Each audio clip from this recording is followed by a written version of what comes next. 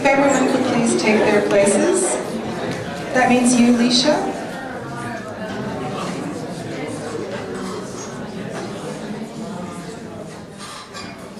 Apologies for running a few minutes late. We just wanted to give, because of the venue change, a few extra minutes. So thank you for your patience. We'll be finishing a few minutes late as well.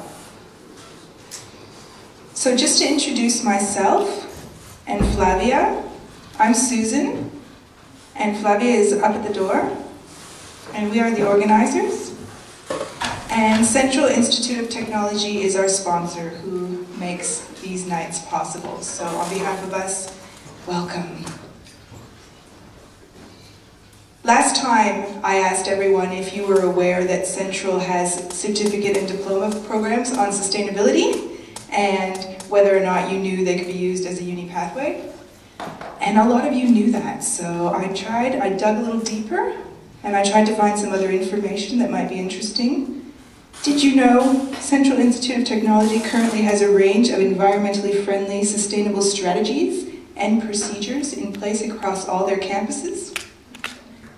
Did you know that? I just found that out this afternoon. They also have short programs on things like woodworking, in case you've got a little extra time on your hands. So who's excited? I'm excited. They gave me a microphone this time. How exciting, right? Pretty exciting. So just before I get started, some housekeeping. If we could put our mobile phones on silent. Silent. The loos are out the door you came in and around the corner, and there's also some down here. We're going to go out through that door later. We're going to allow about an hour for tonight's session. Each of our speakers will talk for 10 minutes, and then we're going to give them a warning bell, which this gentleman is going to let us know what it sounds like. Like a doorbell. And that's at 8 minutes, so they know they've got a couple of minutes to wrap up. And then from there we'll do some Q&A, which will be fun. And then we'll basically have some drinks and nibbles outside and just keep the conversation going. Hi, Simone. I didn't see you come in. Okay. Now, just a reminder, as always, that Perth Green Drinks is about conversation, it's about education, it's about community. So one of the things that's really important is that we respect each other's opinions. We all have different backgrounds, but we like to treat each other with respect in this forum. So please keep your comments succinct and constructive.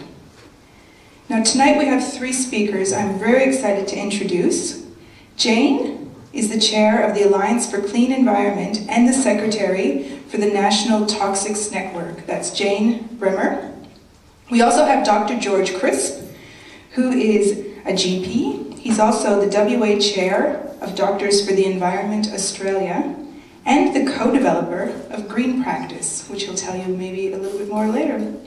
And last but not least, we have Diane Kane, who is the creator and owner of her own highly successful business providing products that are safe to use on our bodies. Those were the products in the door prize that you signed up for earlier. So without any further ado, I'd like to introduce Jane Bremer. Jane Bremer has been an environmental health and justice activist in Western Australia for 20 years. As chair of the Alliance for Clean Environment, a WA-based environmental health and justice NGO, she coordinates campaigns in the area of waste management, air quality, children's environmental health protection, pesticides, industrial pollution, and chemical regulation in Australia.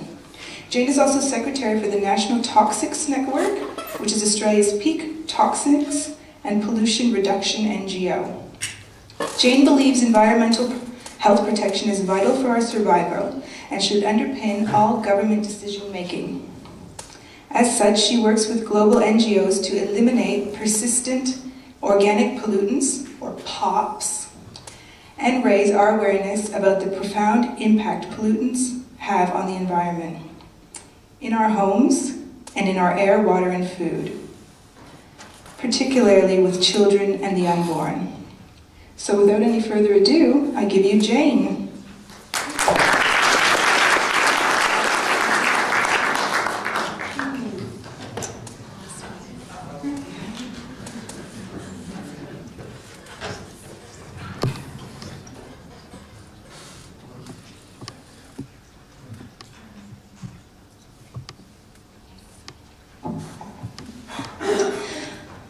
Well, I just want to start by saying thank you to Green Drinks for inviting me to speak about a topic that's really timely at the moment. The regulation of chemicals in Australia is currently under review, and that includes industrial chemicals, pesticides, herbicides. So it's a really important time to discuss some of these issues and to raise awareness in the community and hopefully get the public to think about the issues of chemicals in the environment and in their bodies, and motivate people, hopefully, to act. Just a little bit about myself. I'm the chair of the Alliance for a Clean Environment. These are some of the campaigns and the issues that we're currently working on. I won't go through them. I'm just going to skip over this because I've only got 10 minutes, so I'm sorry if I sound a bit rushed. Some of our national and global networks. IPEN is a group of more than 700 international NGOs working to eliminate POPs, which are persistent organic pollutants. And the criteria for POPs means that they obviously are persistent in the environment, they bioaccumulate, and they have the ability to travel long distances in the air. And a number of these particular chemicals, you can see BFR, brominated flame retardants, perfluorinated chemicals, dioxins, lead, mercury, cadmium, these are all POPs.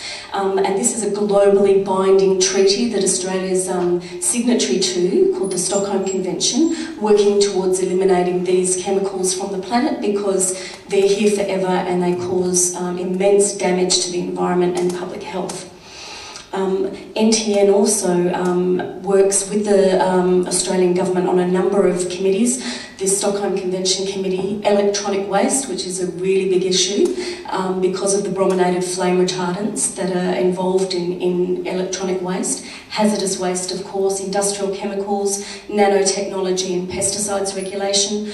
The National Toxics Network have been one of the leading organisations in the eastern states working on coal seam gas. You might have heard about fracking, and the chemicals that are involved in coal seam gas and fracking have largely been untested, and it was the National Toxics Network that brought that to the federal government's attention.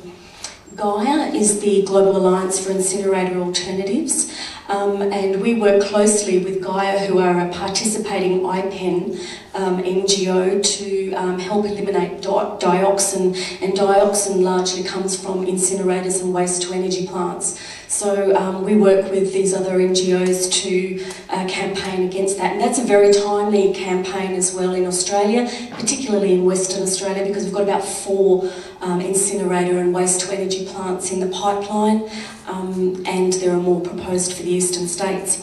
Global Community Monitors is a fantastic US-based organisation that helps. They're called fence-line communities. They're those communities that live close to industrial facilities that suffer pollution impacts, and Global Community Monitors helps these communities make their own bucket air monitors. They're cheap air monitors that grassroots can make to measure the air quality near to where they live without having to spend thousands and thousands of dollars to be on a level playing field with the very expensive chemical industry. What drives us to do what we do? Environmental justice is the principle behind what we do, and that's the principle that all people and communities are entitled to equal protection of public and environmental health. What you might not be aware of is that it's estimated that 1 in 3 of all occupational diseases are a result of exposure to hazardous chemicals. Chemicals are now picked up in human blood and breast milk, with Australia showing some of the highest levels in the world. Babies are born pre-polluted now, with more than 300 chemicals found in the meconium at birth. And we're talking about chemicals that weren't around 30 to 50 years ago. Okay, so the body burden of chemicals in our children is increasing. And so that means when they face perhaps a 70 to 80 year lifespan, they're already starting pre-polluted and they're at a disadvantage. So it's an intergenerational issue. Environmental monitoring, consistently showing chemical residues extensively in the environment. Climate change is a big issue for chemical regulation because the persistent organic pollutants that I mentioned earlier have been locked into the polar ice caps. Now that they're melting, they're being re-released back into the environment. And hormone disruption is a big, big issue attached to the fossil fuel industry, and that's endocrine disruption, or you might have heard it called hormone mimicking chemicals. They're chemicals that affect the body at very, very low levels, at the levels of hormones. And some scientists, such as the wonderful Theo Colburn, has warned that hormone disruption is a more imminent threat to humanity than climate change. A big motivator for us is children's environmental health, and the reason I'm talking about children's environmental health is when chemicals are assessed, the regular assessment of a chemical is for a healthy 70-kilo male. Children are not little adults, they're not just going to be smaller versions of adults. They actually have undeveloped systems of toxics elimination. They're completely different, and chemical assessments don't account for the specific vulnerability of children. They're windows of development that can be impacted by chemicals, particularly hormone and endocrine disrupting chemicals. And their body burden's increasing. So our position is if you can protect children's environmental health, you're protecting the planet the best way you possibly can. And we think that all legislation in relation to health and environmental protection should be driven by the protection for children's health. I just wanted to mention an example of neurotoxicity. This relates specifically to pesticides, but chemicals that are used in everyday products in the home contain neurotoxins, and this is some of the effects, just to demonstrate how significant the impacts of neurotoxins can be on children and their brain development. And this was a study that was done where the pesticide, in an area where pesticides are heavily used, and you can see that in the valley where the greatest exposure is, the impact on children was the greatest. How are we exposed to chemicals? Well, through our food, and that might be through additives, chemical additives in the food itself, or it could be through pesticide residues because we allow a certain residue level of pesticides in our food. We get exposed to chemicals through our personal care products, consumer goods, through the environment, through the air that we breathe and the environment that we live, and of course medicines.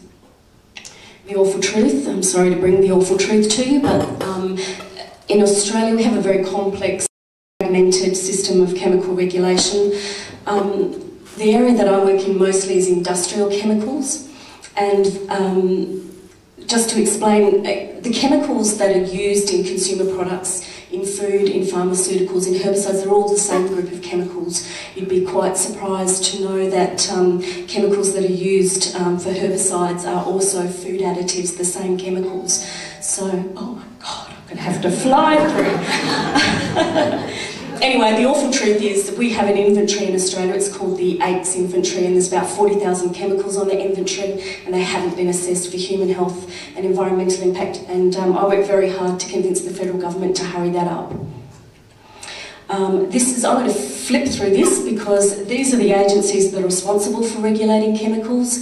Industrial chemicals, it's nicknamed as APVMA, obviously herbicides and pesticides, Therapeutic Goods Administration, and the APVMA. Risk management is a major flaw because those agencies that assess the chemicals don't necessarily set the risk management. That goes down to the states, and that's often where things fall apart. There's some other regulatory risk managers there. I wanted to mention 3 chemicals which I'd like you to leave today and be concerned about and have on your radar. And the first one is triclosan. Triclosan is a hazardous substance. It's used extensively in consumer products, particularly hand washes. And the federal government in Australia hasn't set, or didn't set, any limits for the use of this chemical in consumer products when the rest of the world had, basically. It meets the criteria for a POP. It's coming out of our wastewater systems, both pre and post treated at levels that cause harm to the aquatic environment, extensively used in hand washes. And we're very concerned about it because since the swine flu epidemic, there's been a massive increase in the use of these antibacterial hand washes, even with the head of the AMA coming out recently saying that every child should be given a tube of their own. It's absolutely absurd. It's contributing to bacterial resistance. All these studies have been done. It's a chemical that has to go, and we're working really hard to get rid of it. Brominated flame retardants has to be one of the scandals of the century, claimed to reduce the incidence of things catching fire in our computers, our bedding, our cushions. It was banned on the Stockholm Convention 3 years ago. Australia still hasn't ratified that, and we have the highest levels in the world in human blood. If you'll just indulge me one more minute. Bisphenol A is another nasty. You might have heard about bisphenol A in babies' bottles. Australia only introduced a 12-month voluntary phase-out in babies' bottles, banned in many, many places in the world. That's another chemical that has to go. We don't need it, and it causes a big impact on human health in the long term. Nanomaterials, just very quickly, nanomaterials are an emerging issue of concern because they are so small, they pass through the normal defence mechanisms of the body, and nanomaterials are being used in consumer goods as well. I won't talk about risk assessment because I just want to quickly say that scientists, there's a lot of changes in science, and it used to be the mandate was that the dose sets the poison, and we know, and that's where you get that linear dose response, where you get the greater the dose, the greater the effect. What we know now is that not all chemicals behave that way, and that at the very, very low ends, see the curve there, at the very, very small end, we get high impacts, in the middle not so much, and obviously the larger the dose, we're still getting high chemicals. So the whole risk assessment, which I have to say is not a science, is fundamentally flawed, and there are big changes that aren't being reflected in terms of risk assessment in the assessment of chemicals for safety. Just a quick comment about safer solutions. Read the label. Reading the label is the most important thing you can do as a consumer. Get educated and understand what it is you're putting in your body, in your home, in your environment. Choose low chemical products. My motto is less is more. And get educated and act. And you can always join our organisation of the National Toxics Network if you want to know more. Thanks very much.